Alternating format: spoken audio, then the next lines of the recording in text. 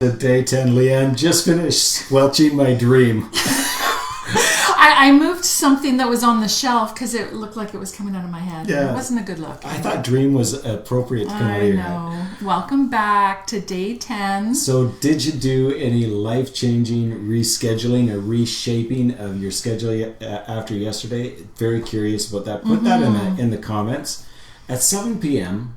in Canada, and I think in a number of places around the world actually, people are celebrating and honoring frontline COVID workers by going out on their decks and their driveways, making noise. They have like horns and banging pots and pans. And the family kitty corner to us at 7 p.m. sharp.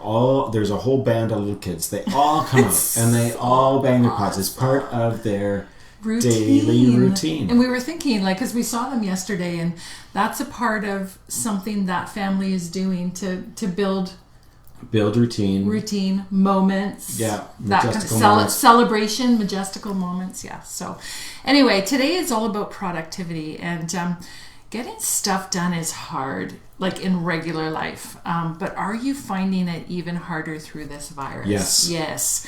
My brain has felt like mush these past few weeks, and part of me just wants to hang out under the covers and just pretend it's not happening until... Which is why you make the bed, so that you feel like you can't. So I can't stay under the covers, but we do have projects that we need to move forward. Actual projects with due dates.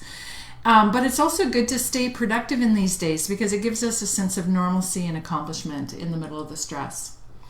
So in Asia, we really struggled with our productivity during the first three months. We landed in a new city, new systems, new language, and moved from protests to coronavirus. Everything was new. Yes. And things that were really simple tasks to do in Canada felt multi-layered, complex, and daunting there. And we began to feel frustrated. We didn't feel productive. No. We were trying to get our driver's license, filling out the form, getting backup letters, and having the letters needing to be done a certain way, not the Canadian way. No. And then because of the coronavirus, the office is just a drop box with a person standing there giving instructions. And everyone else knows what's going on except for us, right? I'm grateful. The people in our city were so very helpful. But with every one of those steps, there was stress. Were we doing it right, saying it right, doing things in the right order? And about 6 weeks in, we realized that we were expecting our Asian output to be the same as when we were high-capacity, get-her-done leaders in Canada. We were judging ourselves, saying things we were getting so hard on ourselves, why can't we get it together? What's the matter with us? Or we should be doing X, Y, or Z. And everything was new, everything was different. Sounds a little bit like what we're in right now. I was talking with someone last week, and she was saying, I'm not meeting my standards. And I thought to myself, well, welcome to the club. I'm not either. And then it made me question, do we need a new standard? Did you say nude? I might have said nude. Take that back. Okay. Carrying on, do we need a new standard? Do we need something lower, something more attainable? If we normally have, say, 10 items on our to-do list, would it be helpful to reduce it to 5 items for now? So in Asia, we began to give ourselves grace. And I think collectively, we all need to take a deep breath and just give ourselves grace. So give yourself grace today. When we were in Asia, we had a job to do. And here's some tips on how we coped. Yes. Okay. So this is Leanne's Latin dance move tip. I just tell you, it needs to be accompanied by Latin dancing, or it's not as effective. Latin music. Anyway, yes. I have a technique that I discovered last year that I thought might be helpful to share here. I use something called the Pomodoro technique. Yes. It sounds very Spanish. Yes, but, it was done by Francisco Cirillo. That's who started it. Okay. Yes. And what you do is you break your workday into 25-minute chunks, separated by 5-minute breaks. And so these intervals of 30 minutes are called Pomodoros. And these Pomodoros are about deep, focused work. And it helped me gather my brain and be productive when I was feeling all mushy. So what I do is I choose a task that requires concentration. And for me, it usually involves some sort of writing. And I have this love-hate relationship with writing where She mutters. Yes. So I'll choose a task and then I exit out of everything on my computer. There's no open tabs. There's no dings from social media, no distractions. And then I take my iPhone and I set a timer for 25 minutes and I throw myself at the task. If it's writing, I write badly. But I write and I get my thoughts out onto the screen. And I don't think you write badly. Well, you get it out. I just get it out. And what's interesting is I often will get into a flow. So when the timer goes off, I take a 5-minute break. I walk around, get a drink of water, maybe check my emails or texts or whatever.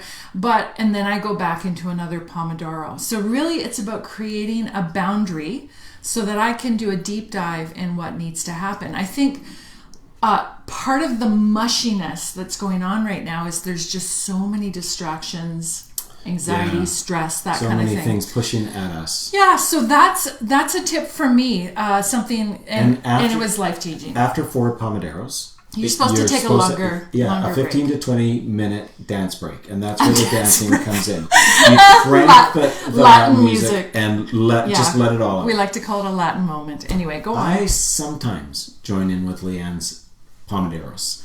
I coped by really attempting to combine my work with something I loved. So the tasks that were hard or stressful, I tried to put it together with something life-giving. And so think about what fuels you. When you are at your best, what brings you life and joy, and can you add it in with your work? Right. I'm filled up by music, and I remember being in Turkey, being exhausted on a trip. We just poured ourselves out over a couple of weeks, and in the lobby where we were, a player piano started to play, and my body actually physically reacted to that. It just relaxed me, it chilled me out. And so for me, it's a simple thing to do is to put on my headphones with some soft jazz or some worship in it, and chill out as I work. One of our friends can't stand to be inside and working in an office. So how are they doing now? So we actually said, listen, get away, get on a mountaintop where you're still social distancing, but take your laptop up there, write your proposals there. Right. Another friend connected their headphones to their phone, which is so easy to do, and did their meeting walking around the block, social distancing, but moving and getting the connection meeting done. And it may be as simple as having your favorite cup of tea next to your laptop with the aroma, the taste as you work on your stuff. So what could you do to put some joy in your work? For me, it was an intentional step. Take a step to shifting your new work environment into something life-giving. And I'll say, take a baby step. Yeah, that's good. That's so good. See, our time in Asia this year was stretching on so many levels. We hope to be going back in late June. So anyway, of course, everything is as it is. But I think what was amazing for us is it showed us how much of our identity and self-worth is wrapped up in our ability to produce. Yeah. Like, who are we if we're not producing?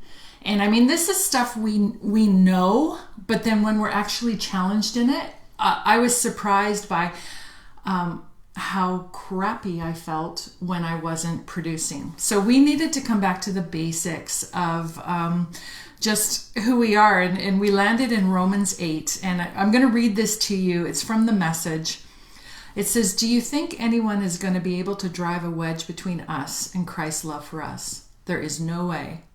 Not trouble, not hard times, not hatred, not hunger, not homelessness, not bullying threats, not backstabbing." We could also add not pandemics, not mushy brains.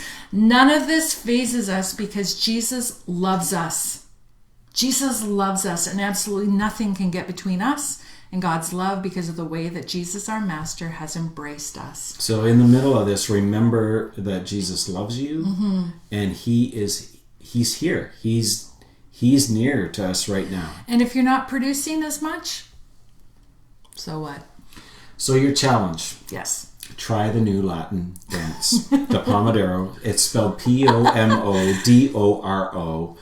Google it. You can look up how to play with it. Play with it. Try combining your work with something you love, and take a baby step towards doing that. Check your self-expectations. Do the main things that got to be done, but maybe lessen your list and give yourself grace that it's not normal times. And come back to the basics. Connect with Jesus. He is here in this with you. So good. So tomorrow, we're going to talk about listening. Listening to one another. And, big relational challenge there. Oh, it's going to be good.